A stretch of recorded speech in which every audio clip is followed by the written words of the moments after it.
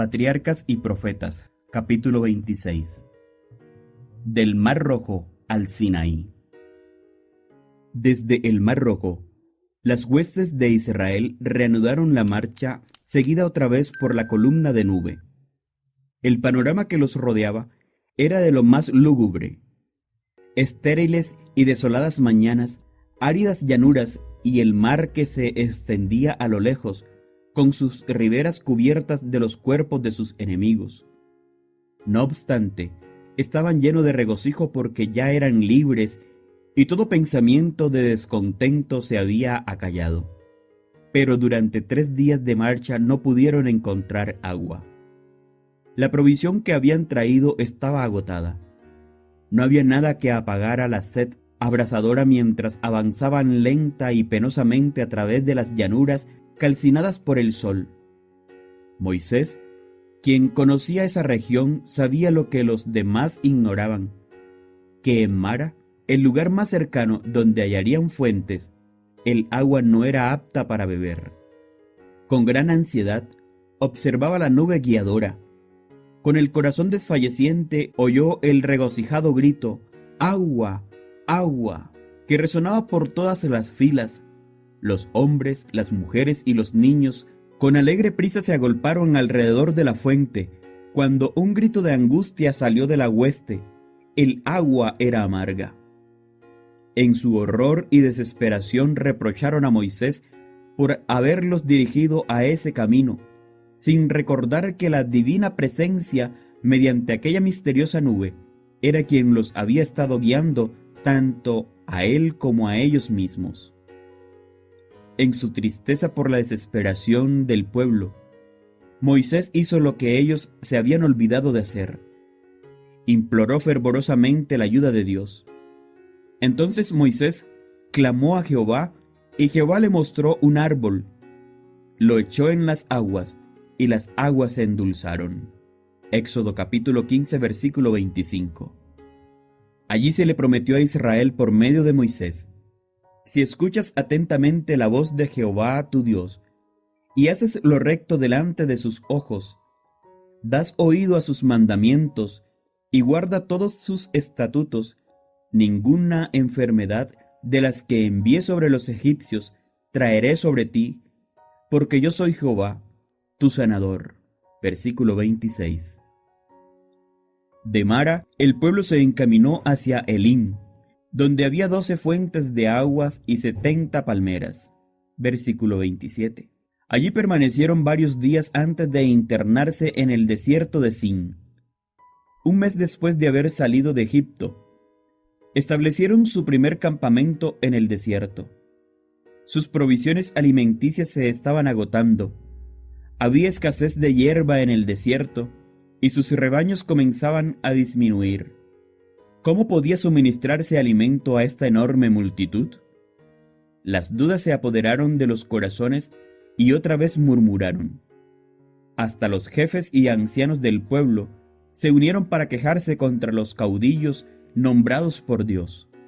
Ojalá hubiéramos muerto a manos de Jehová en la tierra de Egipto, cuando nos sentábamos ante las ollas de carne, cuando comíamos pan hasta saciarnos, pues nos habéis sacado a este desierto para matar de hambre a toda esta multitud. Éxodo capítulo 16, versículo 18. Hasta entonces no habían sufrido de hambre. Sus necesidades habían sido suplidas, pero temían por su futuro. No podían concebir cómo esta enorme multitud podía subsistir en su viaje por el desierto, y en su imaginación veían a sus hijos muriendo de hambre. El Señor permitió que se vieran cercados de dificultades y que sus provisiones alimenticias disminuyeran, para que sus corazones se dirigieran hacia Él, que hasta entonces había sido su libertador. En su necesidad clamaban a Él. Les otorgaría señales de su amor y cuidado. Les había prometido que si obedecían sus mandamientos, ninguna enfermedad los afligiría, y fue una muestra de incredulidad suponer que ellos o sus hijos morirían de hambre.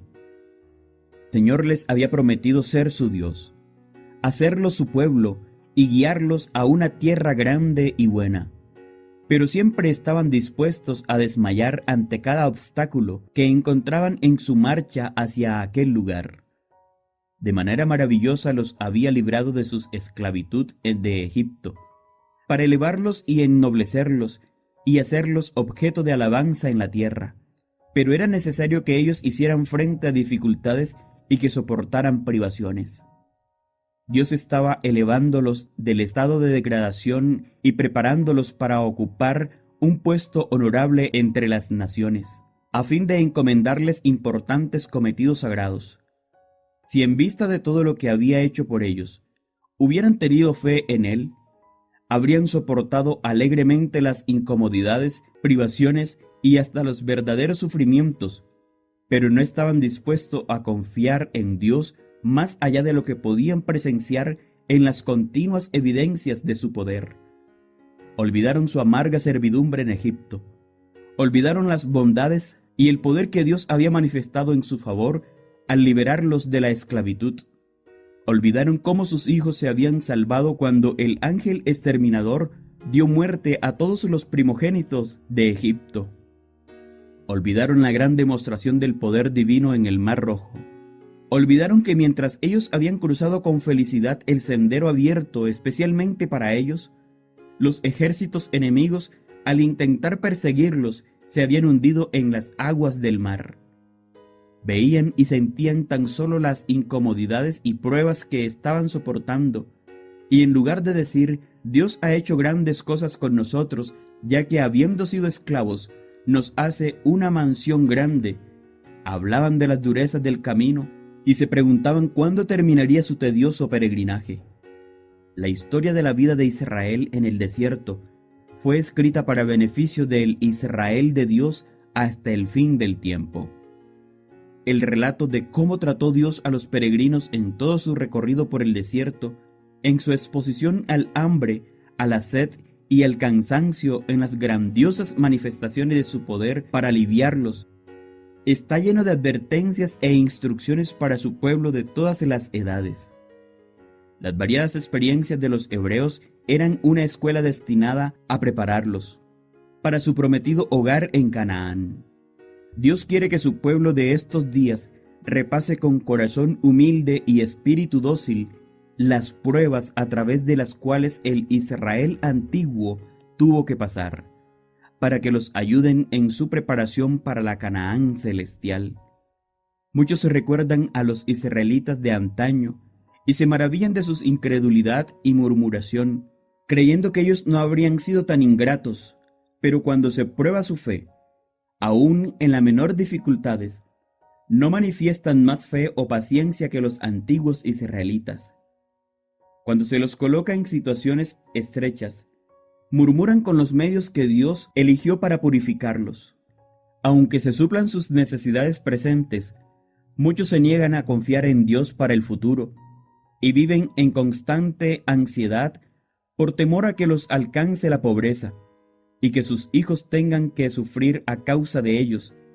Algunos están siempre en espera del mal, o agrandan de tal manera las dificultades que realmente existen, que sus ojos se incapacitan para ver las muchas bendiciones que demandan su gratitud. Los obstáculos que se encuentran, en vez de guiarlos a buscar la ayuda de Dios, única fuente de fortaleza, los separa de Él, porque despiertan inquietud y quejas. ¿Hacemos bien en ser tan incrédulos? ¿Por qué somos ingratos y desconfiados? Jesús es nuestro amigo.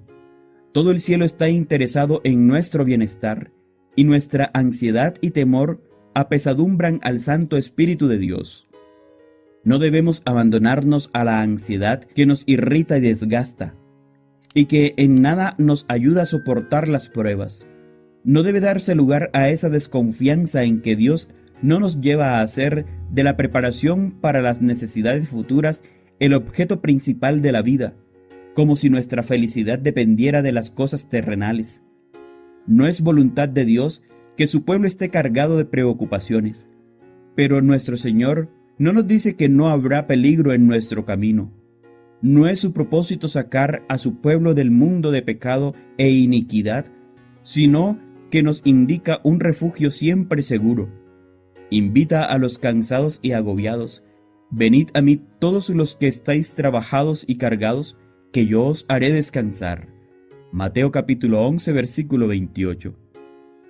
Deponed el yugo de la ansiedad y de las preocupaciones mundanales que habéis colocado sobre vuestra cabeza, y llevad mi yugo sobre vosotros y aprended de mí, que soy manso y humilde de corazón, y hallaréis descanso para vuestras almas.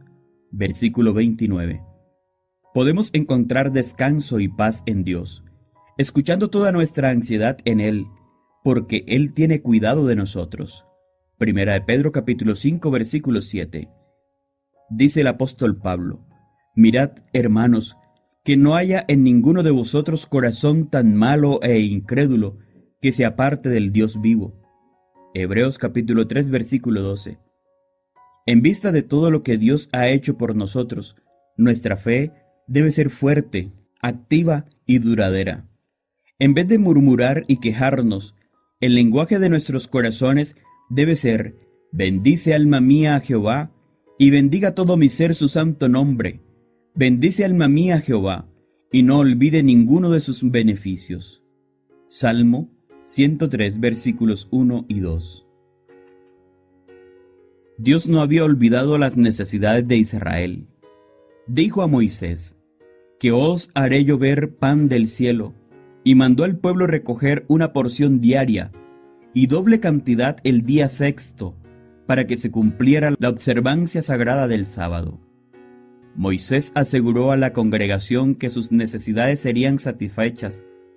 Jehová os dará por la tarde carne para comer, y por la mañana pan hasta saciaros, porque Jehová ha oído lo que habéis murmurado contra él. Y agregó: ¿qué somos nosotros? Vuestras murmuraciones no son contra nosotros, sino contra Jehová.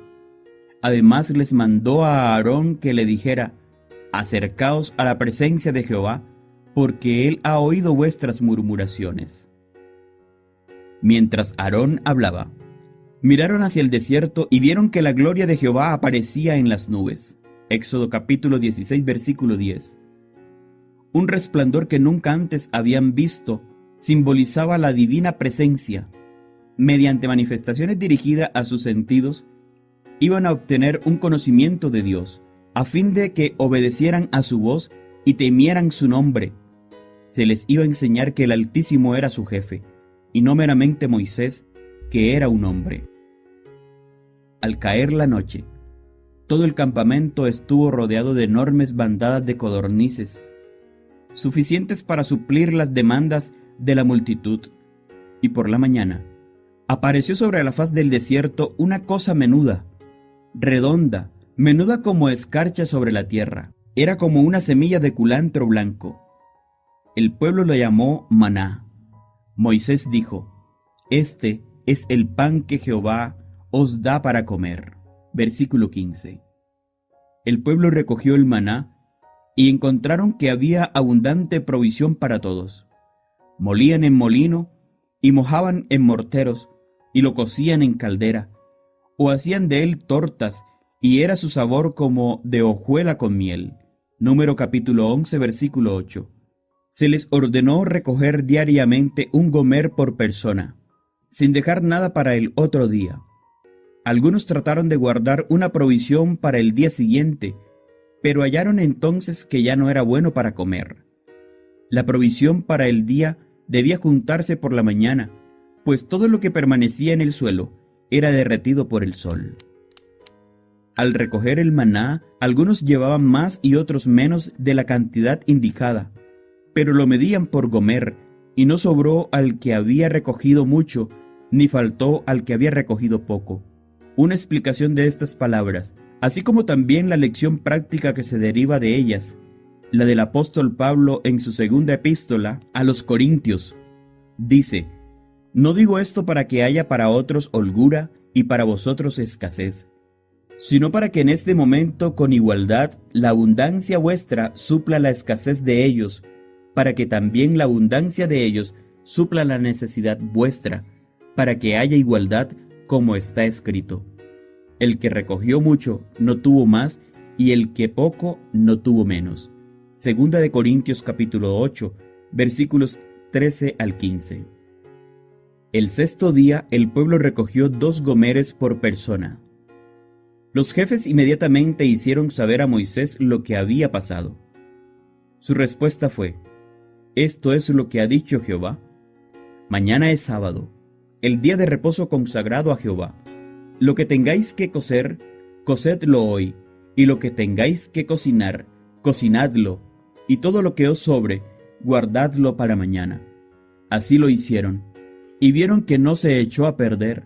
Y Moisés dijo: «Comedlo hoy, porque hoy es sábado dedicado a Jehová, y hoy no hallaréis nada en el campo. 6 días lo recogeréis, pero el séptimo día, que es sábado, nada se hallará». Dios requiere que hoy, su santo día, se observe tan sagradamente como en el tiempo de Israel. El mandamiento que se dio a los hebreos debe ser considerado por todos los cristianos como una orden de parte de Dios para ellos. El día anterior al sábado debe ser un día de preparación a fin de que todo esté listo para sus horas sagradas. En ningún caso debe permitir que nuestro propio negocio ocupen el tiempo sagrado. Dios ha mandado que se atienda a los que sufren y a los enfermos. El trabajo necesario para darles bienestar es una obra de misericordia y no es una violación del sábado. Pero todo trabajo innecesario debe evitarse. Muchos por descuido postergan hasta el inicio del sábado cosas pequeñas que pudieron haberse hecho en el día de preparación. Esto no debe ocurrir. El trabajo que no se hizo antes del principio del sábado debe quedar sin hacerse hasta que pase ese día. Este procedimiento fortalecería la memoria de los olvidadizos y los ayudaría a realizar sus tareas en los 6 días de trabajo. Cada semana durante el largo peregrinaje en el desierto, los israelitas presenciaron un triple milagro que debía inculcarle la santidad del sábado. Cada sexto día caía doble cantidad de maná, nada caía al día séptimo, y la porción necesaria para el sábado se conservaba dulce sin descomponerse, mientras que si se guardaba los otros días se descomponía. En las circunstancias relacionadas con el envío del maná, tenemos evidencia inclusiva de que el sábado no fue establecido como muchos alegan cuando la ley se dio en el Sinaí. Antes de que los israelitas llegaran al Sinaí, comprendían perfectamente que tenían la obligación de guardar el sábado. Al tener que recoger cada viernes doble porción de maná en preparación para el sábado, día en que no caía, la naturaleza sagrada del día de descanso les era recordada de continuo, y cuando parte del pueblo salió en sábado a recoger maná, el Señor preguntó: ¿Hasta cuándo os negaréis a guardar mis mandamientos y mis leyes? Así comieron los hijos de Israel maná 40 años, hasta que entraron a tierra habitada. Maná comieron hasta que llegaron a los límites de la tierra de Canaán. Durante 40 años se les recordó diariamente, mientras esta milagrosa provisión, el infaltable cuidado y el tierno amor de Dios, conforme a las palabras del salmista, Dios le dio trigo del cielo, pan de ángeles comió el hombre.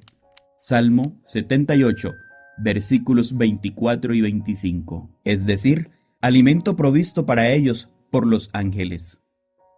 Sostenido por el trigo del cielo, recibían diariamente la lección de que, teniendo la promesa de Dios, estaban tan seguros contra la necesidad como si estuvieran rodeados de los ondulantes trigales y de fértiles llanuras de Canaán. El maná que caía del cielo para el sustento de Israel era un símbolo de aquel que vino de Dios a dar vida al mundo. Dijo Jesús: «Yo soy el pan de vida. Vuestros padres comieron el maná en el desierto, y aún así murieron. Este es el pan que desciende del cielo. Si alguien come de este pan, vivirá para siempre, y el pan que yo daré es mi carne, la cual yo daré por la vida del mundo». Juan capítulo 6 versículos 48 al 51. Y entre las bendiciones prometidas al pueblo de Dios para la vida futura, se escribió: al vencedor le daré de comer del maná escondido. Apocalipsis capítulo 2, versículo 17. Después de salir del desierto de Zin, los israelitas acamparon en Refidim. Allí no había agua, y de nuevo desconfiaron de la providencia de Dios. En su ceguera y presunción, el pueblo vino a Moisés con la exigencia: danos agua para que bebamos. Pero Moisés no perdió la paciencia. ¿Por qué disputáis conmigo? ¿Por qué tentáis a Jehová? Ellos exclamaron airados: ¿por qué nos hiciste subir de Egipto para matarnos de sed a nosotros, a nuestros hijos y a nuestros ganados? Cuando se los había abastecido abundantemente de alimento, recordaron con vergüenza su incredulidad y sus murmuraciones, y prometieron que en el futuro confiarían en el Señor, pero pronto olvidaron su promesa, y fracasaron en la primera prueba de su fe. ¿Y Moisés? ¿Quién era él?, preguntaban. ¿Y cuál sería su objetivo al sacarlos de Egipto? La sospecha y la desconfianza llenaron sus corazones, y osadamente lo acusaron de planificar matarlos a ellos y a sus hijos mediante privaciones y penurias, con el objeto de enriquecerse con los bienes de ellos. En la confusión de la ira y la indignación que los dominó, estuvieron a punto de apedrear a Moisés. Angustiado, Moisés clamó al Señor: ¿qué haré con este pueblo? Se les dijo que, llevando la vara con que había hecho milagro en Egipto, y acompañado de los ancianos, se presentara ante el pueblo. Y el Señor le dijo: allí yo estaré ante ti sobre la peña en Horeb. Golpearás la peña, y saldrá de ella agua para que beba el pueblo. Moisés obedeció, y brotaron las aguas en una corriente viva que proporcionó agua en abundancia a todo el campamento. En lugar de mandar a Moisés que levantara su vara para traer sobre los promotores de aquella inicua murmuración alguna terrible plaga como la de Egipto, el Señor en su gran misericordia usó la vara como instrumento de liberación. Hendió las peñas en el desierto y les dio a beber como de grandes abismos, pues sacó de las peñas corrientes e hizo descender agua como ríos. Salmo 78, versículos 15 y 16. Moisés hirió la peña, pero fue el Hijo de Dios el que, escondido en la columna de nube, estaba junto a Moisés e hizo brotar las vivificadoras corrientes de agua. No solo Moisés y los ancianos, sino también toda la multitud que estaba de pie a lo lejos presenciaron la gloria del Señor. Pero si se hubiera apartado la columna de nube, habrían perecido a causa del terrible fulgor de aquel que estaba en ella. La sed llevó al pueblo a tentar a Dios diciendo: ¿está pues Jehová entre nosotros o no? Si el Señor nos ha traído aquí, ¿por qué no nos da el agua como nos da el pan? Al manifestarse de esta manera, aquella era una incredulidad criminal, y Moisés temió que los juicios de Dios cayeran sobre el pueblo, y como recuerdo de este pecado, llamó aquel sitio Masa, tentación, y Meriba, rencilla. Un nuevo peligro los amenazaba ahora.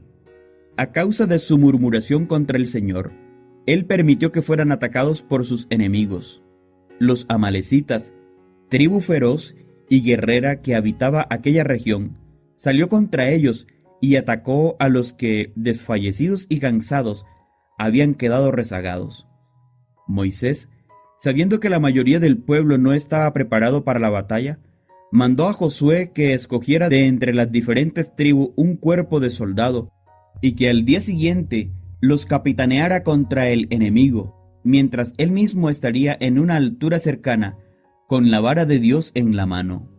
Al siguiente día, Josué y su compañía atacaron al enemigo, mientras Moisés, Aarón y Hur se situaron en una colina que dominaba el campo de batalla. Con los brazos extendidos hacia el cielo y con la vara de Dios en su diestra, Moisés oró por el éxito de los ejércitos de Israel. Mientras proseguía la batalla, se notó que siempre que sus manos estaban levantadas, Israel triunfaba, Pero cuando las bajaba, el enemigo prevalecía. Cuando Moisés se cansó, Aarón y Hur sostuvieron sus manos hasta que, al ponerse el sol, el enemigo huyó. Al sostener a Aarón y Hur las manos de Moisés, mostraron al pueblo que su deber era apoyarlo en su ardua labor mientras recibía las palabras de Dios para transmitirlas a ellos. Y lo que hizo Moisés también fue muy significativo, pues les demostró que su destino estaba en las manos de Dios mientras el pueblo confiaba en el Señor. Él pelearía por ellos y dominaría a sus enemigos, pero cuando no se apoyaran en Él, cuando confiaran en su propia fortaleza, entonces serían aún más débiles que los que no tenían el conocimiento de Dios y sus enemigos triunfarían sobre ellos. Como los hebreos triunfaban cuando Moisés elevaba las manos al cielo e intercedía por ellos, así también triunfará el Israel de Dios cuando mediante la fe se apoye en la fortaleza de su poderoso ayudador. No obstante, el poder divino ha de combinarse con el esfuerzo humano. Moisés no creyó que Dios vencería a sus enemigos mientras Israel permaneciera inactivo. Al mismo tiempo que el gran jefe imploraba al Señor, Josué y sus valientes soldados estaban haciendo cuanto podían para derrotar a los enemigos de Israel y de Dios. Después de la derrota de los amalecitas, Dios mandó a Moisés: escribe esto para que sea recordado en el libro, y di a Josué que borraré del todo la memoria de Amalec de debajo del cielo. Un poco antes de su muerte, el gran caudillo dio a su pueblo el solemne encargo: acuérdate de lo que hizo Amalec contigo en el camino cuando salías de Egipto, de cómo te salió al encuentro en el camino y sin ningún temor de Dios te desbarató la retaguardia de todos los débiles que iban detrás de ti cuando tú estabas cansado y sin fuerzas. Borrarás la memoria de Amalec de debajo del cielo, no lo olvides. Deuteronomio capítulo 25, versículos 17 al 19. Tocante a este pueblo impío declaró el Señor: la mano de Amalec se levantó contra el trono de Jehová. Éxodo capítulo 17, versículo 16. Los amalecitas no desconocían el carácter de Dios ni su soberanía, pero en lugar de temerle, se habían desempeñado en desafiar su poder. Las maravillas hechas por Moisés ante los egipcios fueron tema de burla para los amalecitas, y se mofaron de los temores de los pueblos circunvecinos. Habían jurado por sus dioses que destruirían a los hebreos de tal manera que ninguno escaparía, y se jactaban de que el Dios de Israel sería impotente para resistirlos. Los israelitas no los habían perjudicado ni amenazado. En ninguna forma habían provocado el ataque. Para manifestar su odio y su desafío a Dios, los amalecitas trataron de destruir al pueblo escogido. Durante mucho tiempo habían sido pecadores arrogantes y sus crímenes clamaban a Dios exigiendo venganza. Sin embargo, su misericordia todavía los llamaba al arrepentimiento. Pero cuando cayeron sobre las cansadas e indefensas filas de Israel, sellaron la suerte de su propia nación. El cuidado de Dios se manifiesta en favor de los más débiles de sus hijos. Ningún acto de crueldad u opresión hacia ellos es pasado por alto en el cielo. La mano de Dios se extiende como un escudo sobre todos los que lo aman y temen. Cuídense los hombres de no herir esa mano, porque ella esgrime la espada de la justicia. No muy lejos del sitio donde los israelitas estaban acampando, se hallaba la casa de Jetro, el suegro de Moisés. Jetro había oído hablar de la liberación de los hebreos y fue a visitarlos, para llevar a la presencia de Moisés su esposa y sus 2 hijos. El gran jefe supo, mediante mensajes, que su familia se acercaba y salió con regocijo a recibirla. Terminados los primeros saludos, la condujo a su tienda. Moisés había hecho regresar a su familia cuando iba a cumplir su peligrosa tarea de sacar a los israelitas de Egipto, pero ahora nuevamente podía gozar del alivio y el consuelo de su compañía.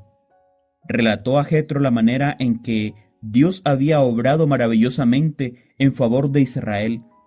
Y el patriarca se regocijó y bendijo al Señor, y se unió a Moisés y a los ancianos para ofrecer sacrificios y celebrar una fiesta solemne en conmemoración de la misericordia de Dios. Durante su estada en el campamento, Jetro vio lo pesadas que eran las cargas que recaían sobre Moisés. Era una tarea tremenda, la de mantener el orden y la disciplina entre aquella gran multitud ignorante y sin experiencia. Moisés era su jefe y legislador reconocido, y atendía no solo a los intereses y deberes generales del pueblo, sino también a las disputas que surgían entre ellos. Había estado haciéndolo porque le daba la oportunidad de instruirlos o declararles, como dijo, los preceptos de Dios y sus leyes. Pero Jetro objetó diciendo: desfallecerás del todo, tú y también este pueblo que está contigo, porque el trabajo es demasiado pesado para ti y no podrás hacerlo tú solo. Y aconsejó a Moisés que nombrara a personas capacitadas como jefes de 1000, de 100, de 50 y de 10. Debían ser hombres virtuosos, temerosos de Dios, hombres veraces, que aborrezcan la avaricia. Habrían de juzgar los asuntos de menor importancia, mientras que los casos más difíciles e importantes continuarían trayéndose a Moisés, que iba a estar por el pueblo delante de Dios. Y dijo Jetro: somete tú los asuntos a Dios, enséñale los preceptos y las leyes, muéstrales el camino por donde deben andar y lo que han de hacer. Este consejo fue aceptado, y no solo alivió a Moisés, sino que también estableció mejor orden entre el pueblo. Éxodo capítulo 18. El Señor había honrado grandemente a Moisés y había realizado maravillas por su mano, pero el hecho de ser escogido para instruir a otros no lo indujo a creer que él mismo no necesitaba instrucción. Él escogió caudillos de Israel, escuchó de buena gana las amonestaciones del piadoso sacerdote de Madián y adoptó su plan como una sabia disposición. De Refidín, el pueblo continuó su viaje, siguiendo el movimiento de la columna de nube. Su itinerario los había conducido a través de estériles llanuras, escarpadas pendientes y desfiladeros rocosos. A menudo, mientras atravesaban los arenosos desiertos, habían divisado entre ellos como enormes baluartes, montes escabrosos que, levantándose directamente frente a su camino, parecían impedirles el paso. Pero cuando se acercaban, aparecían salidas aquí y allá en la llanura de la montaña, y otra llanura se presentaba ante su vista.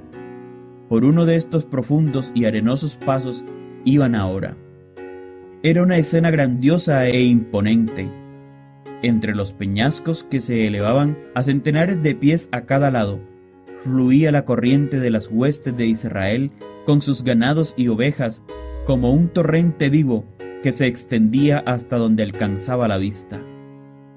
Y entonces, con solemne majestad, el monte Sinaí levantó ante ellos su maciza frente.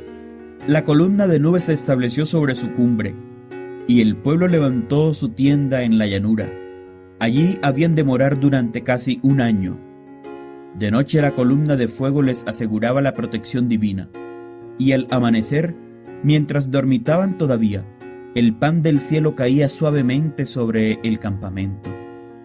El alba doraba las oscuras cumbres de las montañas y los áureos rayos solares que herían los profundos desfiladeros parecieron a aquellos cansados viajeros como rayos de gracia enviado desde el trono de Dios. Por todas partes inmensas y escabrosas alturas, en su solitaria grandeza, parecían hablarles de la perplejidad y la majestad eternas. Todos quedaron embargados por un sentimiento de solemnidad y santo respeto.